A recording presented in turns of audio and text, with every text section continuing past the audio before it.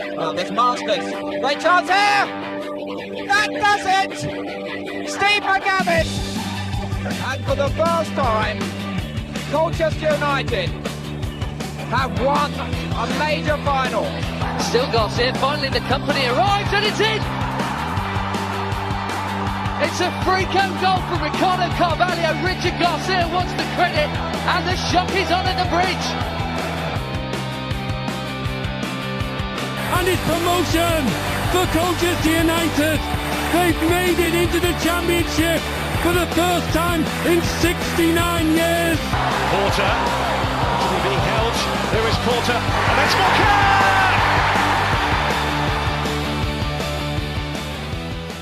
Hello and welcome to Beyond the Barside, the podcast that covers everything Colchester United. I am Aaron J. Thank you very much for tuning in. A big thank you to those that are listening on Spotify, Apple, or wherever you get your podcasts. A big thank you to those that are watching on YouTube as well, doing us a big favour there, but no more than the people who are liking, sharing and commenting on our stuff. You're doing us a huge favour and you're helping us get the podcast out there.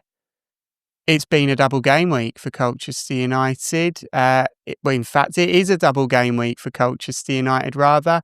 Colchester United fell to a 2-1 loss at home to Cambridge United.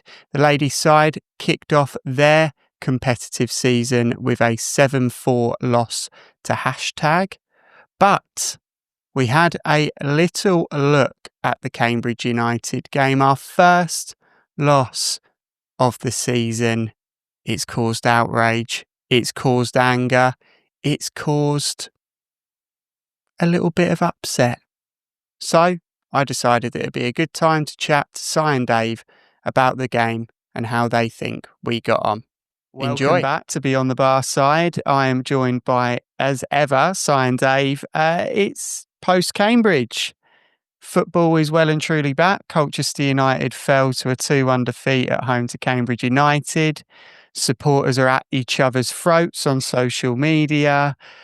Players are getting pelters left, right and centre.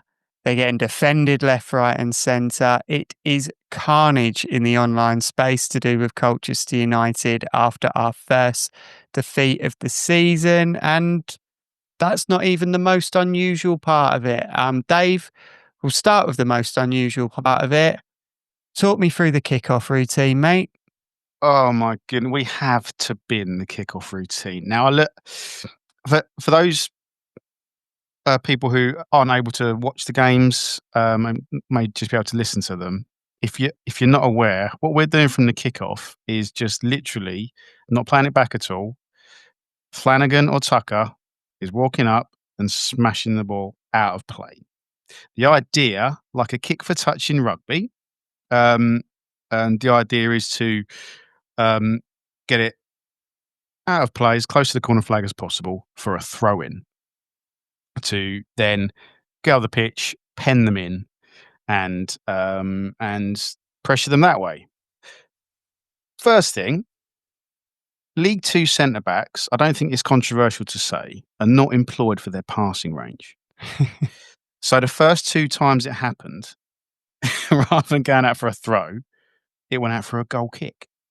So first box, crossing the first box. The problem is you have to be a very, very... The teams that do it, let's list the teams we were aware of that do it. PSG. Bournemouth do it very successfully, a very good Premier League team. I think Juventus do it. You get the picture. None of those teams are in League Two. You have to be seriously good at pressing, and then when you win that ball, seriously quick-minded to then capitalise it. However valid you think that tactic is, and some people may agree with it. However valid you think it may be, the optics on it, when you've just conceded, especially when you've just conceded 2 goals quickly, and to go behind at home, to then just smash the ball out of play, are horrendous. Mhm. And Danny talks a lot about the feeling, the atmosphere, the way we're all together. The boos at half time, and we could be 12 points clear in March. If we're 1-0 down at home half time, some people are going to boo. But there was a lot of boos at half time, and it was because of the frustration of that, and the vibe and the atmosphere in the stadium completely changed. Now, sorry, I'm wittering on. If you guys want to jump in, please do. But I think if it is valid to want to push them back, but I think there's better ways to do it. I personally think it would be better, quick ball from the centre, get it to one of the fullbacks, whichever fullback it goes, Samson or whoever's up top, goes to that corner and puts pressure on the fullback where the ball's going to go. Mm-hmm. Same principle, I think. So the ball's in play, it's live. What's a fullback going to do in that situation? You're going to head it out of play or head it back inside into a competitive zone where we might get it, and if we don't get it, we are in a structure to deal with it. Yeah. So yeah, I've rambled on there, but I think we have to bin those. Yeah, I think you've summarised it pretty clearly. That it's an idea that's been taken from some of the more elite clubs within the footballing sphere, and they've done it very well, and they're well drilled, and there is a tactical reason for that. I don't necessarily think we have the quality or depth or players that can execute that consistently over and over again. And obviously, the reason the kickoff routine has been so heavily criticised is we conceded a goal just before half time. And rather than try and go in with a draw, we've done that kickoff routine again. We've lost possession. They've then come up to the other end of the pitch and they've scored a second goal. So tactically, we've left ourselves very vulnerable. From the second goal, we did the same thing. And that's when people's brains snapped. Yeah. I think. It seemed like we were set up. We tried a few things differently. And the kickoff routine was one of them. The other sort of tactical area that we'll touch upon, is the defending of the set pieces. Obviously, we're a lot more zonal than man-to-man, and that left a lot of Cambridge players free in the box, which isn't ideal when you're defending a corner. No, definitely. I think that's half the drama. If you're going to do zonal marking, you've got to be so hot on your communication and your understanding of how you're going to hand over players, etc. Who's going to be responsible for what areas and where it's going to go. So when the ball does ping back across, it is confusing. You've got to be really on top of your game. I think a couple of times when you've gone man to man, the actual loose ball wouldn't have fallen to a player on the edge of the box who was completely unmarked for a free header. It wasn't just for the goal that happened. It was every time they had a set piece, corner, or even when they attacked with purpose, they were able to find a free man on their 18-yard box. Mm-hmm. Everyone knows if you're a defender, the ball switches across, you're already mid-turn, they hit it first time, it's going to come across, ricochet anywhere, and who knows what's going to happen. But also on the set piece scenario, I think it's going to be the first time we've done it this season, but referees have got to be consistent across the board. Yeah. We saw in the Premiership where Eze had a perfectly good free kick ruled out for a player interfering with the wall. Same thing happened to us when the Cambridge players was in 1 metre. So for those who don't know, if you've got a wall of 4 men or more, no opposition player can be within 1 metre of the wall as the ball is struck. Obviously that happened completely, I'm not going to say wrong-footed Thorne, but obviously you're going to have his peripheral vision and going to see a player coming towards him. So he's going to slightly turn. It was his turn that caused the deflection for the goal. By all accounts, according to Danny, the fourth official saw it, flagged it up. The referee just chose to ignore it. Yeah. And that's again before we start going to the fact that Don Ball should have been sent off for he should have had at least, I think, three or 4 yellow cards. And the referee just seemed to find reasons not to book him rather than send him off. I'm all for. We weren't good enough to win the game, I don't think, but you can't have talking points time and time again being how poor the officials are. No, not in a professional realm. You've come to see a game of football and the ball was probably in play for about 50 minutes. Yeah. You've got referees that should be turning up, officiating the game, and the fact they've done well is the fact that Noel mentions them. They're not even there. They're just letting it go. But time and time again, we're talking about these idiots that just don't seem to understand basic laws of the game. And even counting to 8 seems to be a bit of a stretch for them at the moment. I mean, times the Cambridge ball had that bloody, Danny used the right word. It was weak. He did, and he also mentioned that the ball rolled probably about 50 out of the 90 minutes, which, you talk about value for money. It's not cheap to go and watch a League Two football game, certainly at Colchester. And if you're only watching the ball move for 50 minutes of that game, you're not getting value for money, are you? To be honest, for me, it's not about value for money. If we win every game 1-0 and the ball's in play for 15 minutes, I'm okay. Yeah. But when you're not winning, it's even worse. I think it's more the officials just making it so bad that the game can't. It's not a game of football. It's and they're not consistent with what they're giving and not giving. Mm-hmm. But it's the fact. I think if it wasn't their captain, he might have sent him off. Yeah, and that's Don Ball. I don't know what you guys thought. I thought Don Ball dictated a lot of the play. He was great. I thought he was fantastic. Absolutely love him in our team. Yeah, he would have fit. He's got an Ipswich connection. Yeah, he would fit. We must have known. A couple of years ago, he'd have been all right, wouldn't he? He'd have been fine. I thought Don Ball had a really good game. And again, obviously, we're talking about what Colchester United did wrong. Cambridge United did a lot right. Dominic Ball, I thought, was fantastic. I thought Liam Bennett and Ben Purington in the fullback roles were fantastic. They were up and down. They limited what the wingers could do, and they supported in the attack really, really well. I thought Peli Radokampanzu, bearing in mind he hasn't played a great deal since coming to Cambridge, caused us a lot of problems, as did Sully Kaikai. So there were lots of players in that Cambridge team that were quality. And Danny spoke about he felt that Colchester are a pressing team and that we press teams. I thought Cambridge were the team that pressed in that game. I thought Cambridge pressed us. I thought they were good on the ball. They were good off the ball. I felt that we lacked the press out of position, particularly second half. There were moments where Cambridge had the ball, and rather than attack them to try and hit them on the counter and get close to them, we stepped off, we invited pressure, and it didn't allow us to go and hit the counter attack and bring the attackers into play.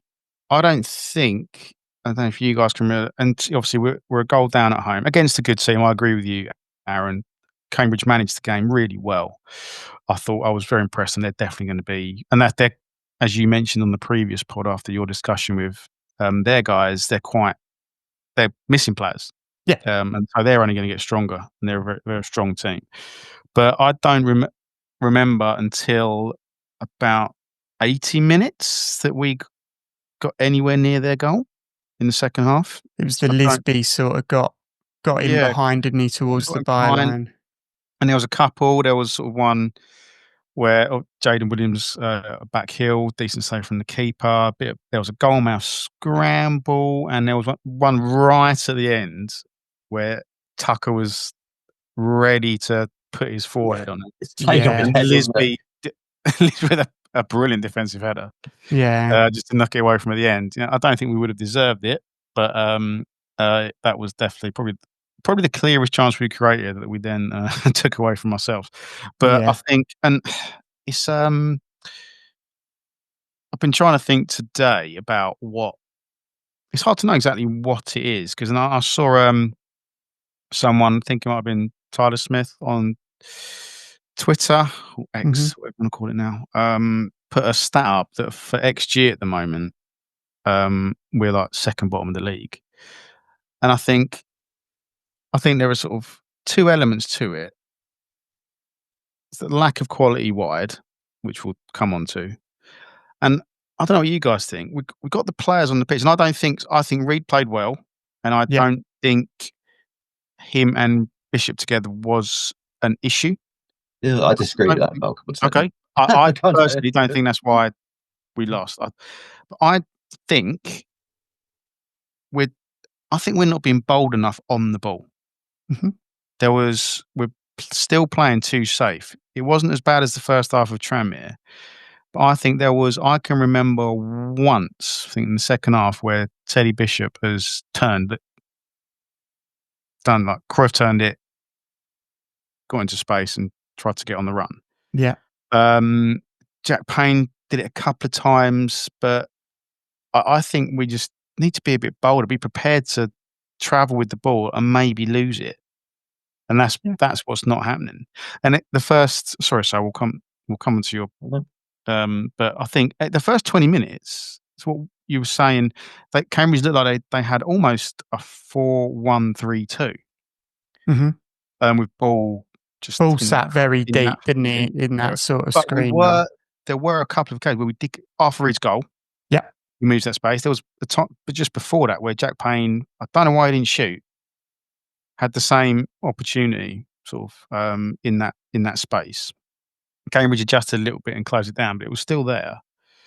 And then when we lost that, and then the quality out wide just isn't there. I mean, I think you disagree with me slightly, Aaron. I didn't think Oscar had a terrible game. He didn't really get into it at all.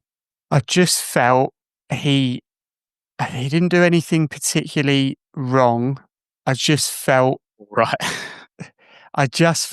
night he lacked a little bit of heart, so to speak. Previous games, I've had no issues with Oscar Thorne. In fact, the Shrewsbury game, he came on, he made a lot happen. He tends to be really direct, tries to attack.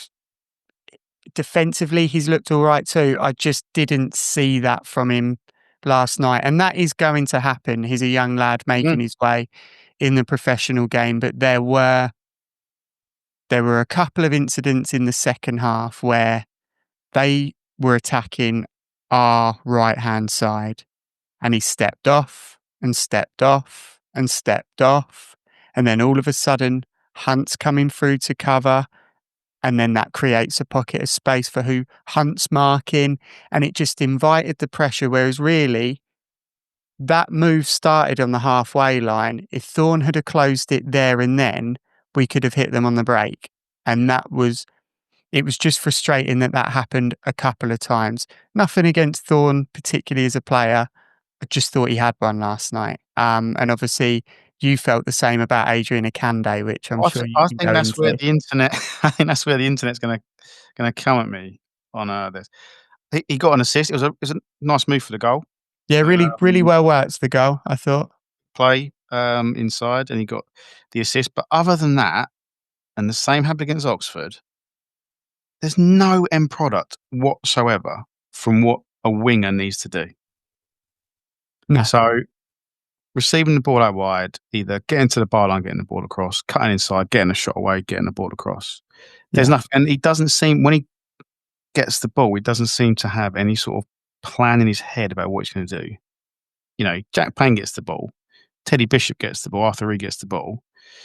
They have, you can see it's almost like an NFL quarterback going through their solutions. Right, I can't drive it. Player there. Or they turn back and retain possession. Fine. Yeah. Even, Edwards gets the ball. He's going to try and stand the defender up. If he doesn't, he'll come inside, look for Reed, go back to the fullback. And he just doesn't do it. And I think you see, I think because he's quite busy on the ball. And I think that's what gets people thinking he's producing. But in my opinion, he just isn't. And sorry, Aaron, you were going to say something. He takes a lot of touches, I think is fair to say. There was a opportunity in the first half where he's cut inside. Yeah. And he's got a shot off.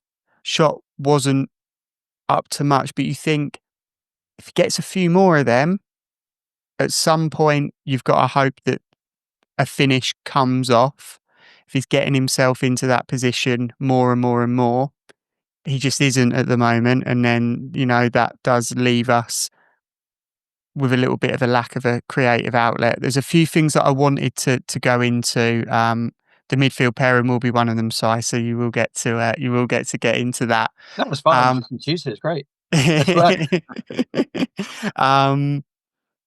What I wanted to talk about, there's three things. The first thing was Samson Tavide.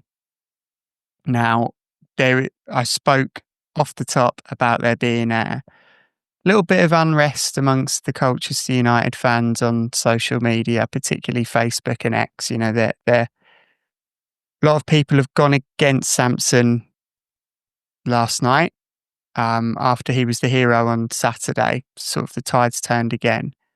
And the general consensus is that they felt he was lazy last night. He didn't put the effort in. He didn't press. He didn't close down. Now, do you think that there is an attitude problem that people are suggesting? Or do you think Samson isn't fit enough to play twice in a week at the moment? So I don't think it's an attitude thing, because traditionally every time he's played for us, he's been like that. Mm-hmm. It's more the player, whether it's the mentality or just how he plays his game of football. He's not really one for tracking back, the pressing. Although, to be fair to him, a couple of times, I think he does press. He was tracking back quite well, and is probably sometimes our best defender for a couple of balls that were coming into the box. He's pressing. It's not as fast as this piece. Let's be. So if you're trying to compare the two, it's apples and oranges, isn't it? You backed up the wrong sort of tree there. The drama I think we've got with him is he obviously thought he was going to have his move. People are saying, "Oh yeah, no, it's affected him. He's done this. He's done that." It's just, as a number 9, when we are not scoring goals, you are the one that's going to be in the spotlight. Yeah, and very much under the microscope. Even if it doesn't matter whether the fact you're not getting the service or we're defending a lot more than we're attacking. It doesn't matter. If we're not scoring goals, it's that person who's got a number 9 in their back's fault. But that said, against Shrewsbury, at one point, we had a counter-attack and our wingers and our midfielders were in the opposition's box and he was just about coming onto the edge of the D. So there is moments where he's maybe not as fast and doesn't put as much in. I do think we always look for scapegoats. Like we said before, Rob Hunt could score a hat-trick. It will be useless. Balogun could 6 off the line, 1 goes in. Oh, but you need to get rid of Tom Balogun, he's useless. So people always have a preformed opinion before the situation develops, which is then they look for reasons to reinforce what they're thinking. But I do think we agree with what Danny says. It is time for all parties for him to go. At least not doing what Isaac's doing up at Newcastle. No, he's training, he's putting the effort in, he is making himself available and doing what he's got to do. It's just not quite clicking for him for whatever reason. Mm-hmm. Yeah, no, I think that's completely fair. And obviously, it was different when he came off and Kai Reese came on, and then Payne went off too, and Jaden Williams came on. We still played that long ball without really having a focal point up there, which seemed like we weren't really getting the best out of either of those players. But on a more positive note, I felt that Matt Macey, Tom Flanagan and Jack Tucker prevented the game from being 3-1, 4-1. Yeah, they'll play particularly well. Tucker, there was a challenge where they've sort of whipped it across the 6-yard box and he slid and he's got it out for the corner. Macey made a really good save the first half that could have made it 1-1. In fact, I think it could have put him a goal up. It may have even been before our goal. Makes a really good stop after a bit of an onslaught in the first 5-10 minutes from Cambridge. They gave it a good go as we expected them to. And Flanagan gets criticised. I mean, he got criticised last night. I thought he was solid. I thought he was sound. Didn't see. I mean, you've got to also consider that the Apparay has scored in nearly every game he's played, and he didn't get a sniff. Flanagan and Tucker marked him out the game, and that is credit to both of them. I thought Rob Hunt, not a lot came down his side. I thought he was again fine. I thought Kane Vincent-Young was a little bit off it, and I thought Josh Powell came on and was potentially cemented his place as the starting fullback there. But obviously the big question that everyone had was who replaces Ben Perry. Arthur Reed has come in and played the game. He's played in that position. I'm not entirely sure whether Reed was sitting or whether Bishop was sitting at times. I think they potentially alternated on occasions. Arthur Reed comes in, scores a goal. Neither had a bad game, I don't think. But Si, how are you feeling about the partnership? So probably one of the unpopular views I do have is I do not think they work as a partnership.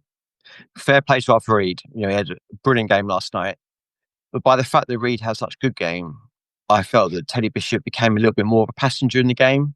Mm-hmm. And where we haven't, because they are very, very similar players, they might not do it the same way, where Reed's a lot more, I want to take on men, cut back inside, put it my left and shoot, whereas Bishop's a lot more sort of 1-2 pass, take a shot kind of thing.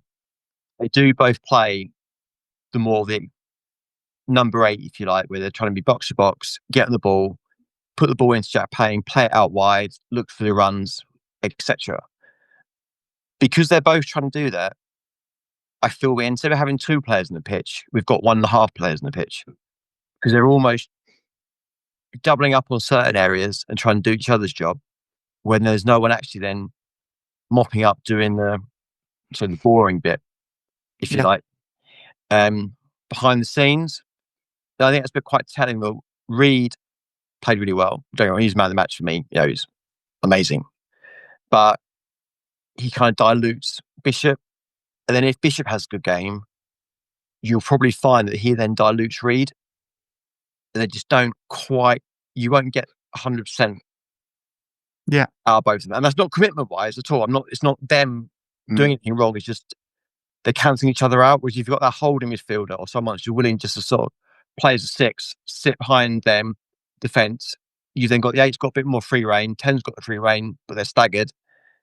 And then someone's there sweeping up. Whereas last night is very much plays the 10. The 2 8s are sort of almost mirroring each other. There's just no depth. And I think that's a couple of times where we got caught out with the passages of play. When we do get the ball turned over quickly, we're not quite set out of possession. So it's hard because they're both good players and they both bring stuff to the team. I just don't think they bring it together. I don't disagree with you. I feel in an ideal world, obviously you would have Perry. In an ideal world, have McDonald. 2 goals last night. 2 goals. Anyway, Anyway. It was just I was listening to it in the car. I think the keeper should have saved them. To be fair, we're coming out. We're feeling down about that, and then Jamie McDonald scored. Oh God. Anyway, sorry. Going back. I don't disagree with you, Si. In an ideal world, you have McDonald. You have I said again. You have Perry or Gabe came on. Look, it's hard for him to really show anything, but looked okay considering he's not had any sort of pre-season. I don't quite positive. I thought. Yeah, I don't think. Yeah, I don't think. I think there were bigger problems than Bishop and Reed last night. But no, it wouldn't surprise me. Throwing forward, and we'll discuss it in more detail later on in the pod. Wouldn't actually surprise me against Barrow if Gabe starts and Reed keeps his place in the 8. Dave, save it for the next one, mate. Unbelievable. I'm throwing forward. I'm retaining. I've been reading up on how to do a pod. We need to throw some crumbs out to retain. I like it. Yeah, but keep listening. Si and Dave are going to have a fight later on in the podcast. I'm not sure I've done it right, Aaron. Keep listening, and I will repeat what I just said. Oh my God, we go a lot. But going back to rewind before we get on to the next one, you're talking about Thorne not handing over his man, and obviously Hunt then getting pulled out of position, their man having space. That's exactly how Tranmere got their goal against us. Mm-hmm. So it's proven, it is an ongoing thing, and it sort of backs up what we said in the pod. So at least we seem to know what we're talking about. Yeah, and I think it's amazing that we're actually getting things right, isn't it? Sometimes. I think I don't think any of us picked that starting lineup last night. But I think just if you don't mind, just go back briefly just to sort of chance creation and something else that I think started to show last night. When you think back to last season. And you think of Ian Dolo and Egbo, quite often, if you think back to the games, how often were they in front of Edwards and Anderson? Were attacking quite a lot, especially Ian Dolo. I can't recall many occasions, especially when Powell has. I know he's only had a game and a half, or 2.5 games with counting the cup game. I can't remember really that happening this year. No, that often at all. And I think that's contributing to the lack of chances being made. So I think between Cambridge and Young's performance last night and the way we did look more positive when Powell came on, I think Powell again has got to start. I think he didn't start Powell last night because obviously knowing what kind of a team Cambridge are, very, very solid, very very well drilled. He wanted more experience. Yeah.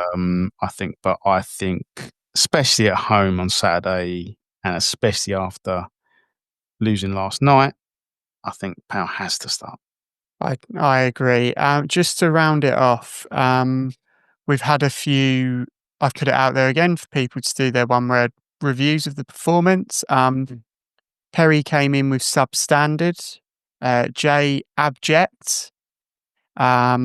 Stu came in with kickoffs, but he hyphenated it, so it does count as one word. Sorry to call, just to shout Stu out. Before I even opened to look at the comments, I was thinking the same thing. Can I put kickoffs as one word? Well, we'll get to this. Ash said out for, but then Milo and Lockie.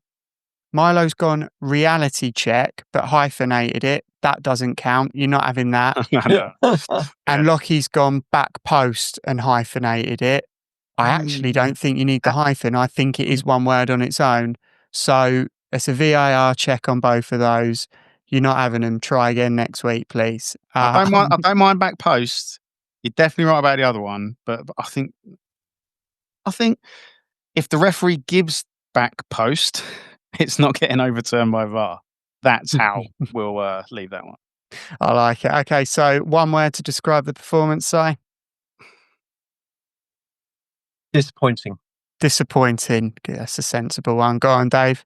Annoying. Very sensible answers from you both. Guys, thank you very much for reviewing the Cambridge game. And obviously I will speak to you later on in the pod where we talk Barrow, dropping the little crumbs in there for the listeners to come through. Cheers, guys. I'll speak to you soon. Cheers, guys. Thank you to Si and Dave joining me there to discuss the Cambridge game and a few key points I think we covered there.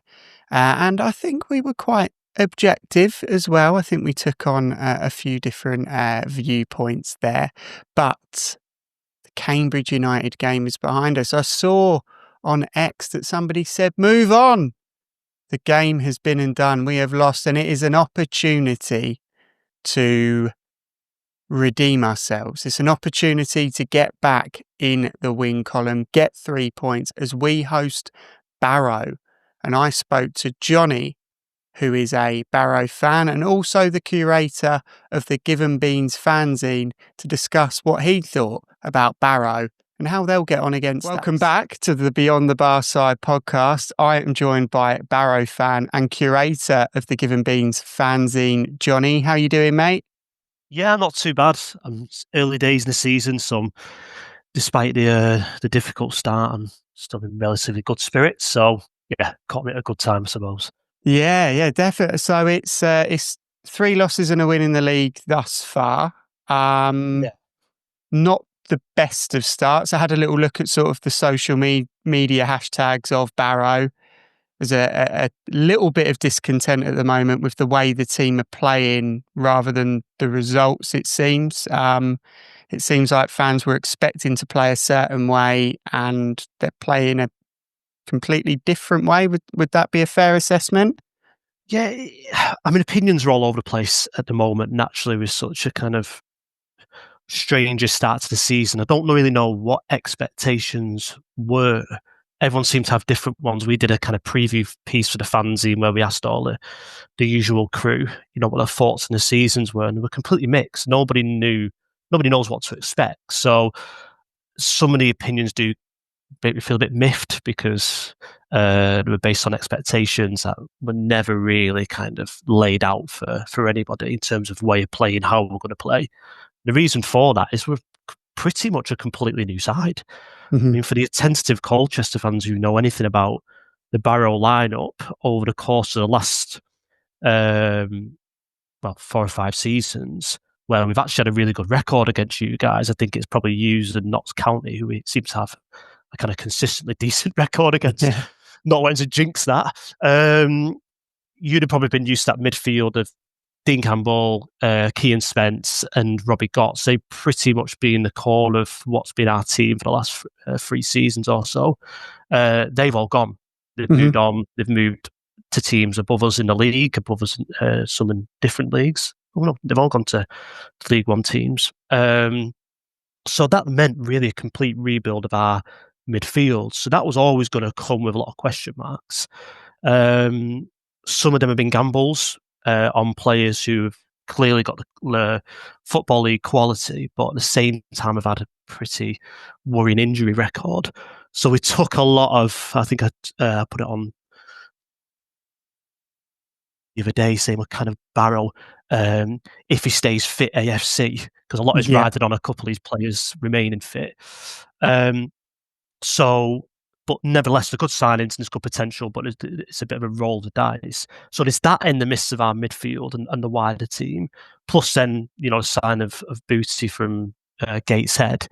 He's been described as a kind of Football League player in all but kind of name, really. He's been playing for Gateshead in a non-league, and we've not really seen that yet from him. So there's so many kind of question marks on what is. I'm probably more on the optimistic side. At some point that's going to click.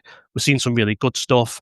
There's a lot of trust around Andy Wing. I know we're kind of seeing some opinions being a little bit like he's getting the team wrong, he's doing this and that. But overall, we're really happy that he's the manager. He's the right guy.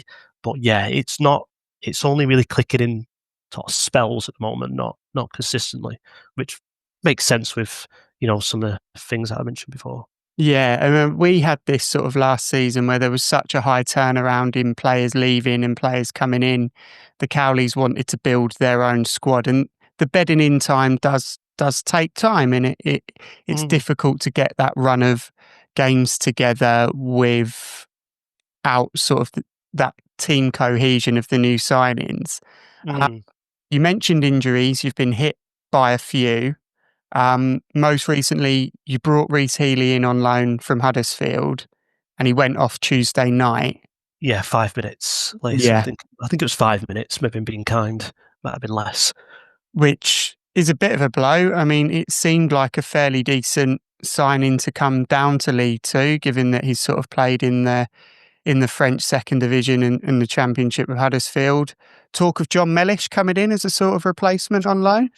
Yeah, not to. It was mentioned yesterday, and I think that's kind of set the cat amongst the pigeons. Obviously, with his connections to Carlisle. I mean, he was kind of Mr. Carlisle. He was their absolute stalwart. I was surprised that he left because they were always going to be in a bit of a difficult end to the last season. He's that kind of guy you probably need to rally the troops and get the fans going. So they got rid of him. He's not really settled in at Wigan.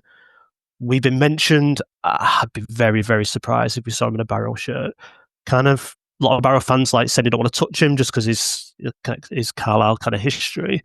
But I'm of the kind of mindset of it would be absolutely hilarious if we signed him. Yeah. But at the same time, I think Carlisle had probably suffered enough, so I'm going to feel sorry for him at some point. But yeah, there needs to be reinforcements. I think there's a couple of loanees potentially that we'll probably explore. We're a small squad-ish, not really small, but obviously that's been hampered by these injuries. We've got a couple of key players out injured at the moment. I think Andy Wing said in his interview on, when was it now, Tuesday night after that, the horrors of Harrogate that we always seem to endure, sorry. He said we're down to 14 So it seemed a bit of an exaggeration. I was trying to do the numbers and count through that before, based on people we know is injured, but it's not far off. So yeah, we're pretty light already this part of the season. So there's going to need to be some reinforcements drafted in. Yeah, and you spoke about the Andy Wing interview on Tuesday. He was quite brutal in many ways with the performance. He didn't really pull any punches. Is that what you've come to expect of Andy Wing?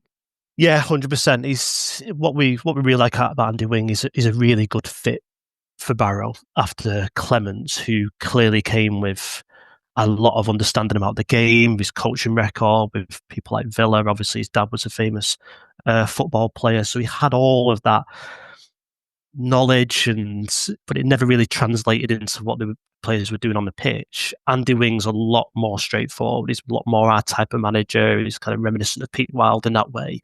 So that's why the connection is so good. And that's shown in that interview. He kind of echoes the frustrations of the fans. It's a fine balance to strike, because obviously if you keep doing that, that's going to affect the momentum of the players. But I think the majority of Barrow fans after Tuesday want to watch that interview was probably more encouraged than they were anything that he was as disappointed with as that performance as we were. But we're pretty good in the second half.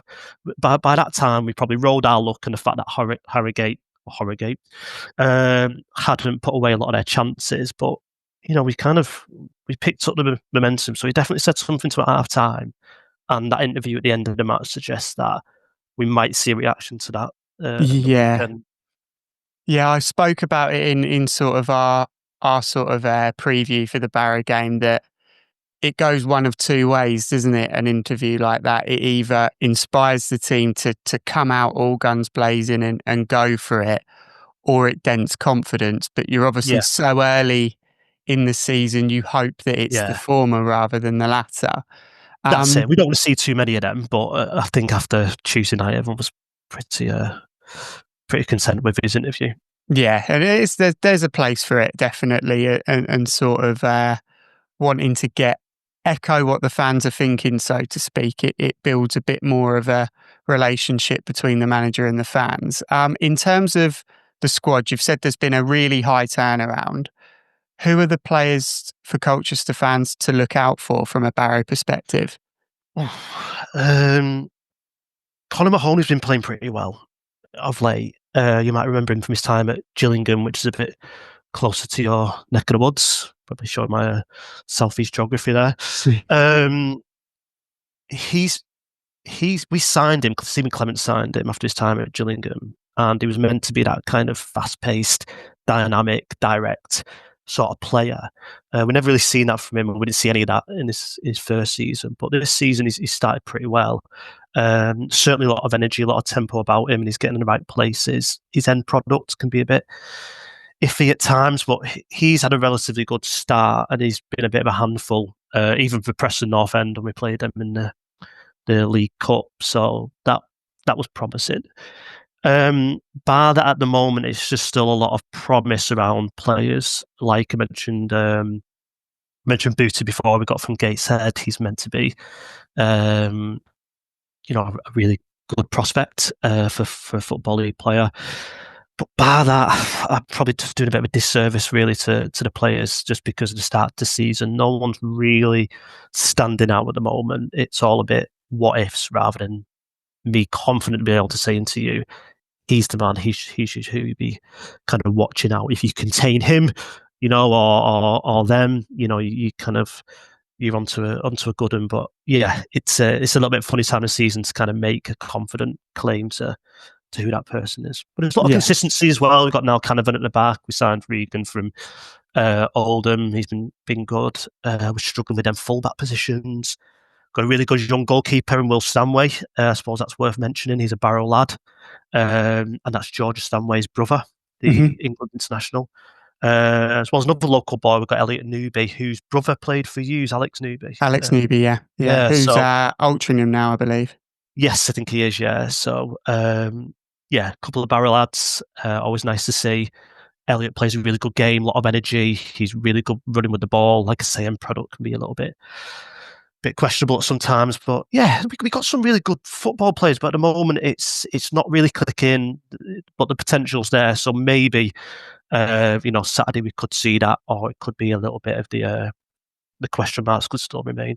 Yeah, and it'll start to click eventually, won't it? It's just potentially, from a culture's perspective, we hope it clicks a week later rather than than the actual game itself.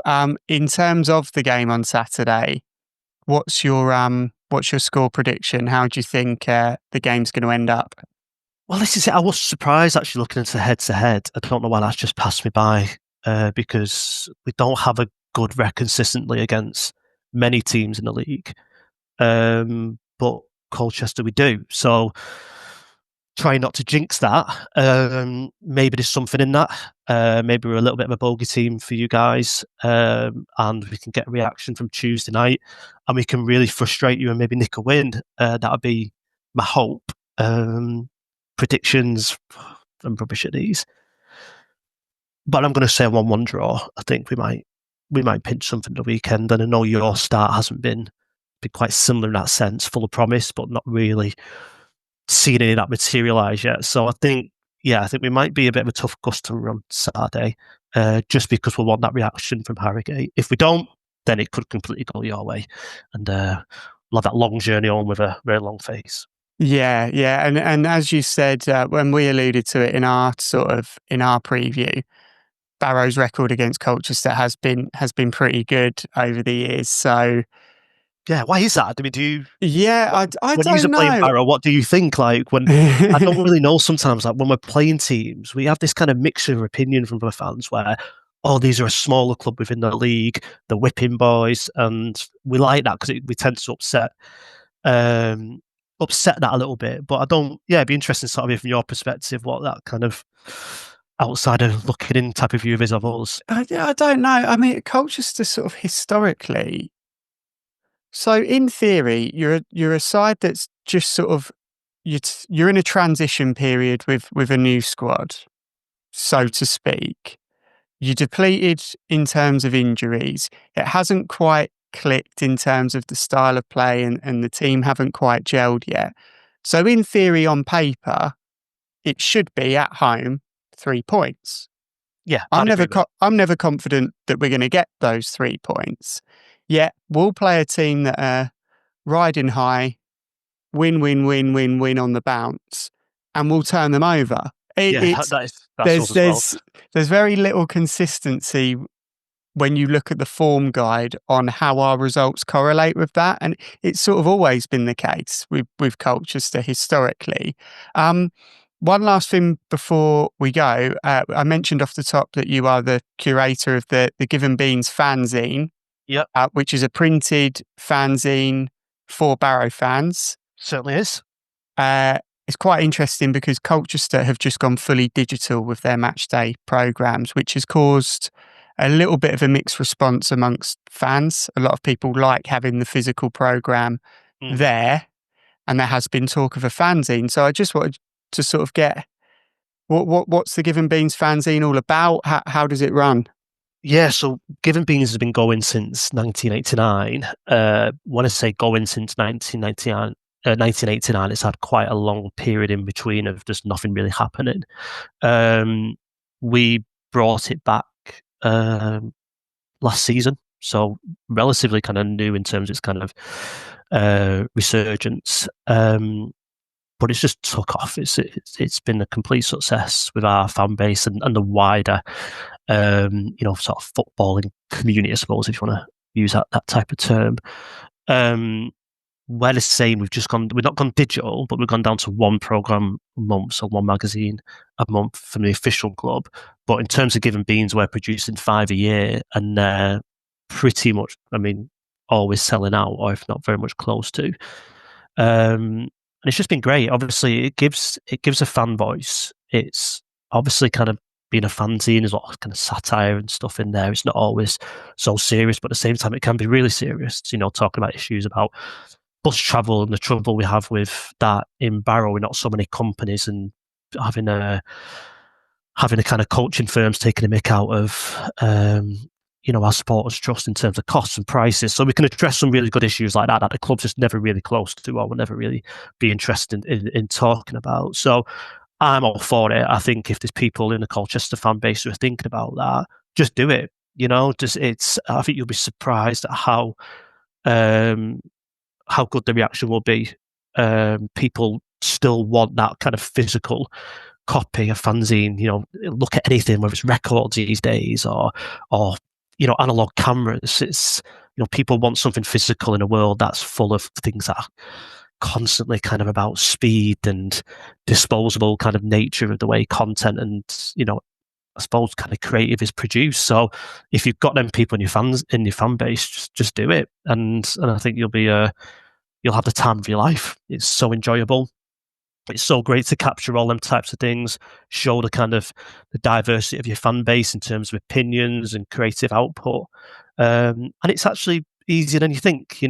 Saying that we're a kind of fanzine, we're a print, we do take advantage of a lot of modern day digital tools, the way we kind of do the artwork or the way we'll put the fanzine together or the way we'll create memes. So I wouldn't say we're completely a non-digital thing, because we use so many things in order to produce the fanzine itself. And then we do have a website where we put out match reports and things like that, some stuff that just needs to be a bit more imminent. So yeah, it's been a success, and the more kind of clubs move away from that, the more maybe fans will move back towards doing something and being a bit DIY about the output or stuff like that.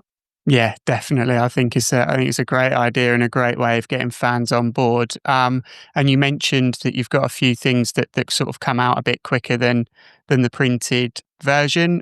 One of them being the match reports. There will be a match report after the Colchester game. Where can news fans find that? Yeah, if you go to givenbeans.co.uk, you'll see our previous match reports. So if you want to get a bit of a feel from a fan's point of view in the run-up to the game on Saturday, after the Harrogate game, after the Notts County game, after the Preston and beyond, you can read a series of match reports. And they're always a good read. They're always funny. They're not... I think you'll enjoy just having a scan through them, even if you don't really know too much about us or our fan base. We've got some great, writers. So yeah, have a nosy and see what you think. Brilliant. Yeah, that's amazing. Thank you very much, Johnny, for joining me. Really appreciate it, and best of luck for Saturday. Yeah, I was going to wish you good luck as well, but I didn't think that felt appropriate. But certainly for the season and stuff like that. And with putting out the content, be it a fanzine or be it stuff like this. So thank you to Johnny. And if anyone is interested in doing a fanzine for Colchester United, obviously there was talk of that on social media. Johnny has kindly offered his services to talk you through the process of that. So if anyone is interested, send me a message and I'll put you in touch with Johnny to get the ball rolling with that. But of course, the opposition view isn't the only view that we want going into a game. I caught up with Si and Dave again for a preview into the Barrow game. Hope you enjoy. Welcome back to Beyond the Barside. I'm joined again as ever by Si and Dave, and we are talking AFC Barrow, or is it Barrow AFC? I'm never 100% sure. Let me know in the comments what it actually is. Those are our opponents on Saturday. I came into the Cambridge podcast very confident that we were going to beat a side that I felt were depleted and riddled with injuries, and they turned us over 2-1. Barrow were in a similar position. They've got injuries. There's not a lot of depth to the squad. There's a little bit of fan unrest where they've spoken about the negative style of play. It's Colchester's really to lose, and we might lose. Historic. We should win. I think it's a game where we can go in and reasonably expect 3 points. I was hoping that there would be a slight Colchester United reunion. Reece Healy recently joined the club on loan. He got injured on Tuesday night, so there is potential between now, time of recording, and the game on Saturday that Wigan Athletics' John Mellish will have joined Barrow and will be starting up front for them. Si, what are you thinking ahead of the Barrow game? Oh, I don't know.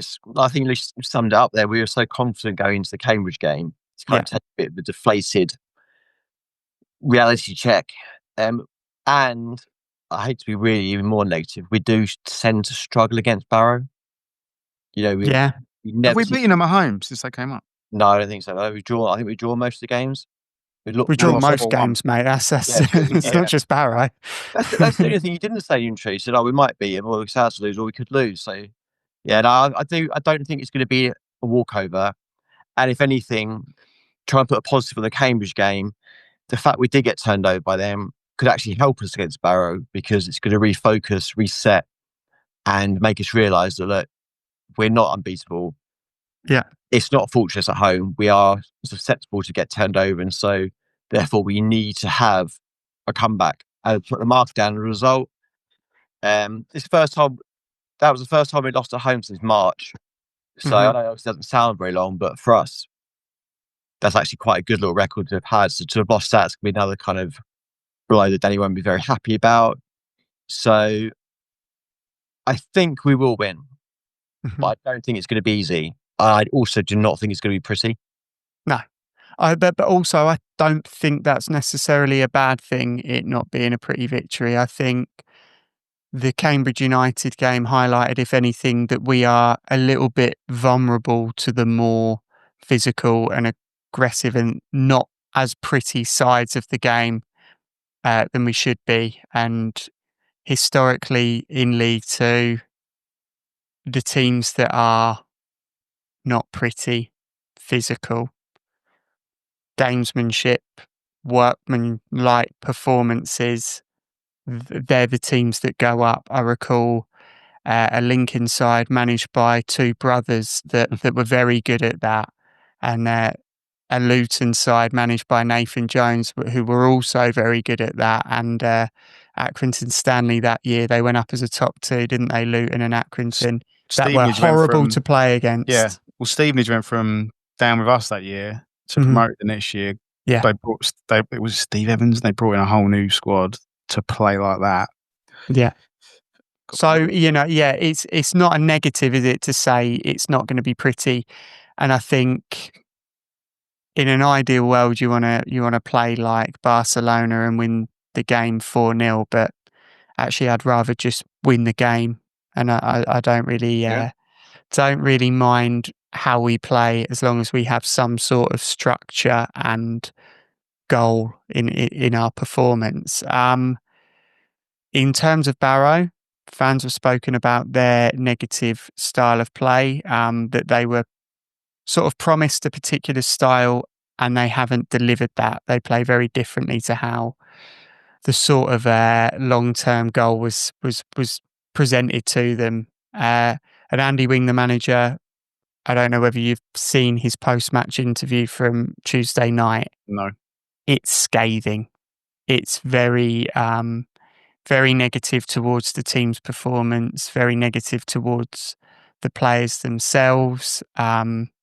Certainly not an interview that you'd see Danny Cowley do. It was very... there was a lot of blame placed on the players. It was very negative. So I don't know how confident those players are going to be after getting what seems to be an absolute pasting in the media and presumably in the changing room as well.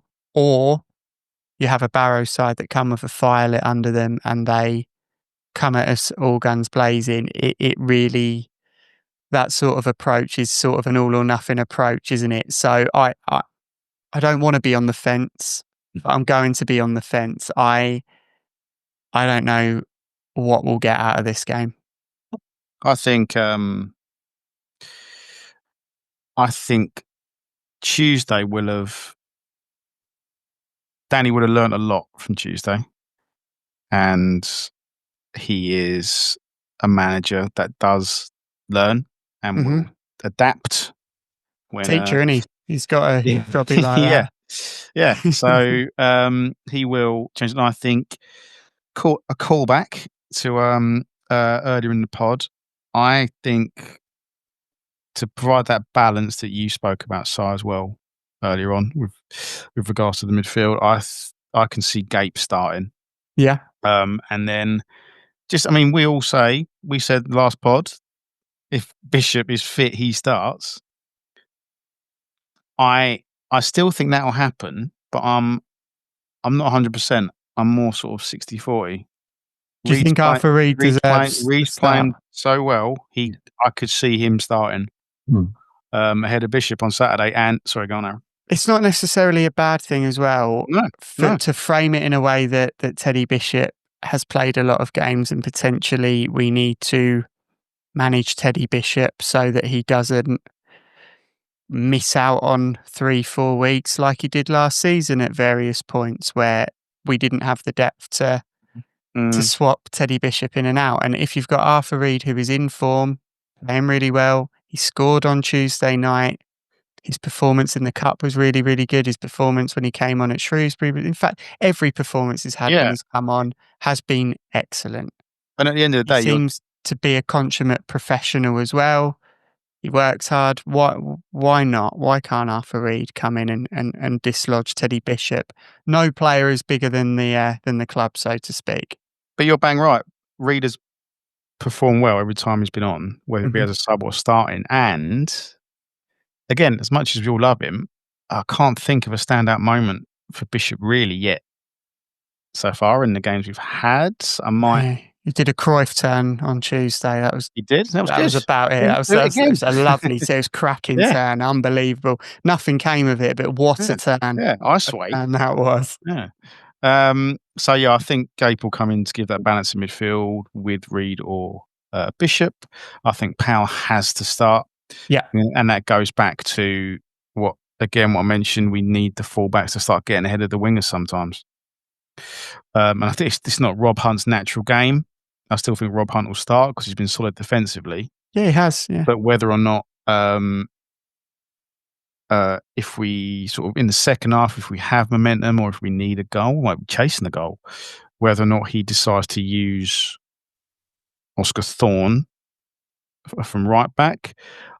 Harry Anderson was involved in the warm up again, so he might, having not played by then he won't have played for 2 weeks, will he? So we could see Harry Anderson starting, and I think Edwards will start again. I don't think Akande did enough to retain his place. Do you see us maintaining the same shape and structure that we have been using throughout? Because obviously there were a couple of rumblings that potentially a change in shape could be useful to manage the personnel that we've got available and stop teams from sort of predicting how we're going to play. But obviously, the Cowleys want to have their own identity. So I personally can't see them deviating from the plan at the moment. I completely agree with Edwards coming in ahead of Akande. I don't know about. I think Payne's obviously, if he's fit, he plays. What do you think about the number 9 side? Do you think Tavide plays again? Or I think he will.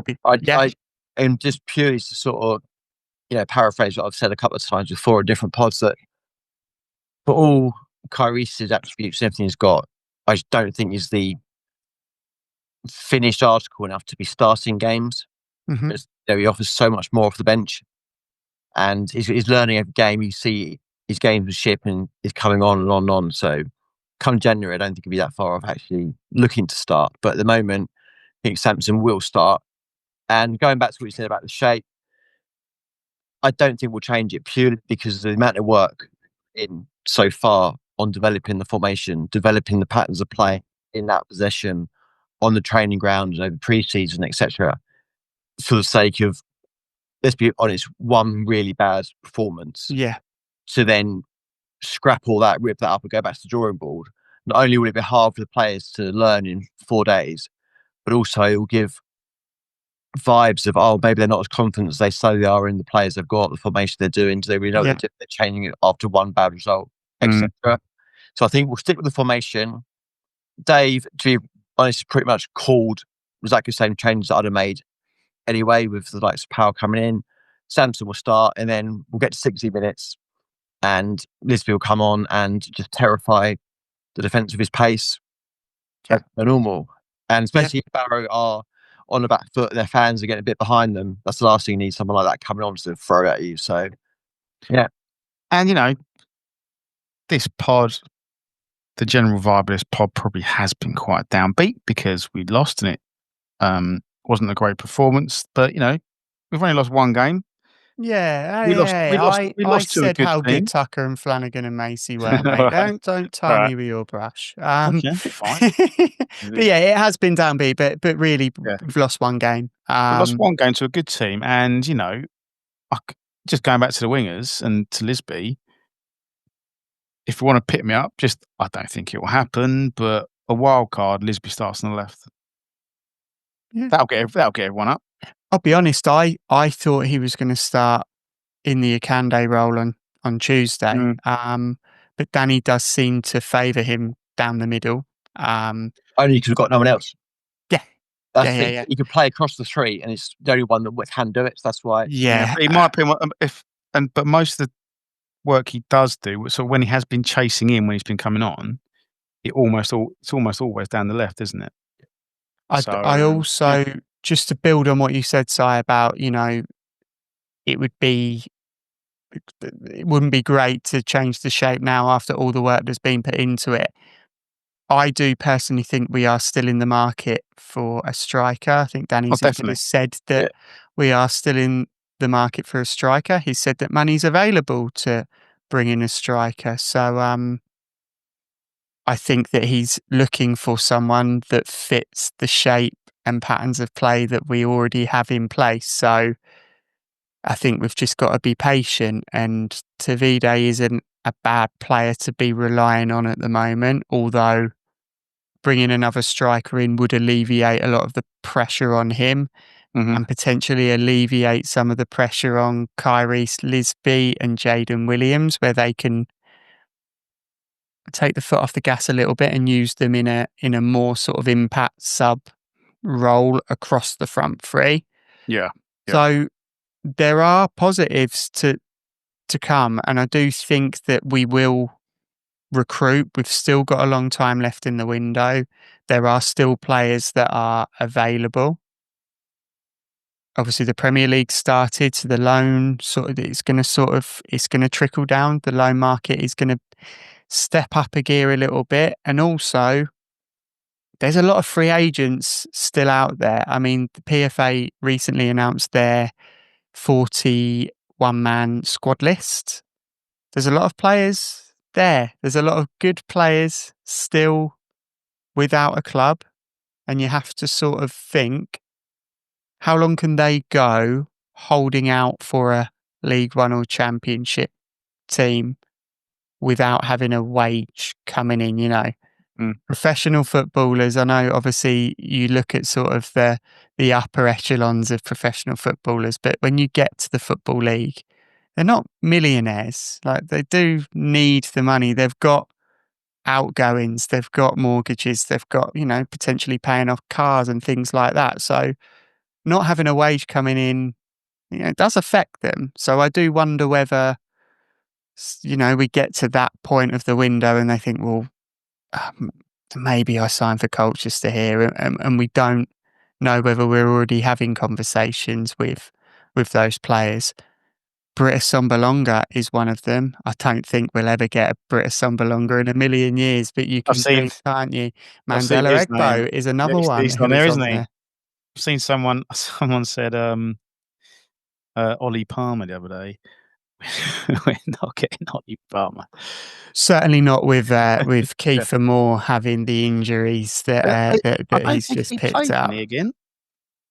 Has he? I'll be honest, I couldn't dislike a club more than Wrexham. Other than Ipswich, I couldn't dislike a club more than Wrexham. So I tend not to keep up with what they're doing. I think he might be fit. I don't think it was as bad as I thought. Even then, I still don't think it's going to. Yeah, I thought it was ankle. I thought it was his ankle ligaments or something stupid.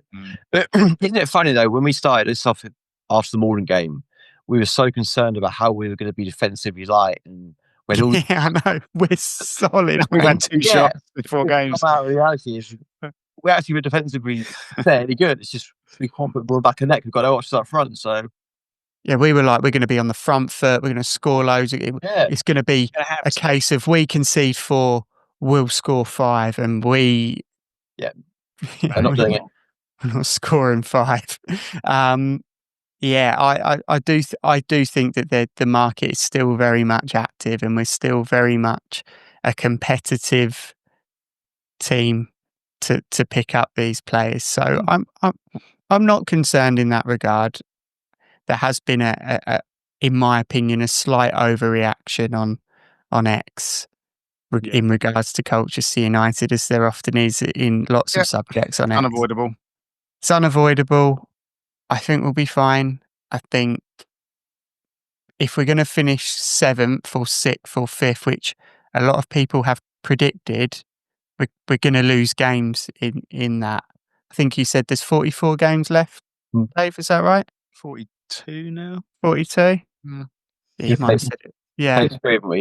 Yeah. So, it's a lot of games to play. We're going to lose some. We're going to play poorly in some. We're going to absolutely batter teams in some of those games as well. So I appreciate that the mood has been a little bit moody, so to speak, and a little bit negative, but I still think we're going to be fine. And I think we're going to sign a striker that's going to come in and make us forget all about Lyle Taylor and then get injured.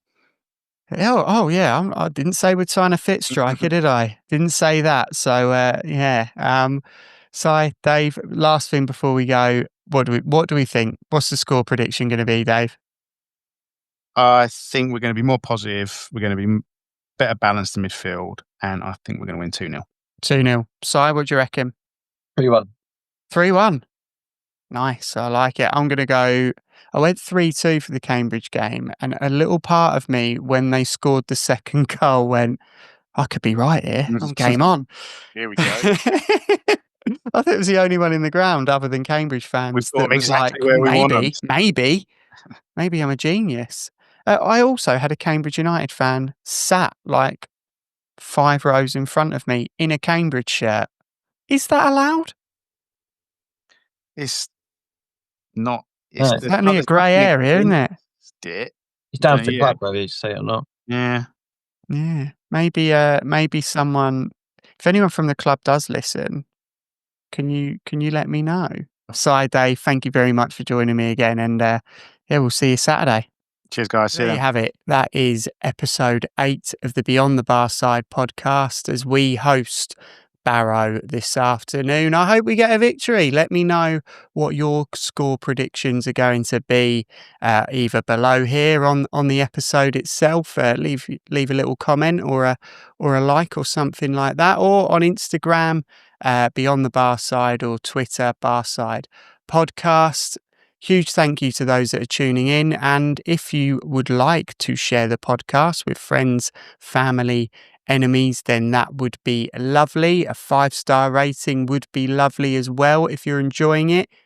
It just puts us a little bit higher in the rankings, and it puts us out there to more people, whether that's used fans or general fans of the EFL.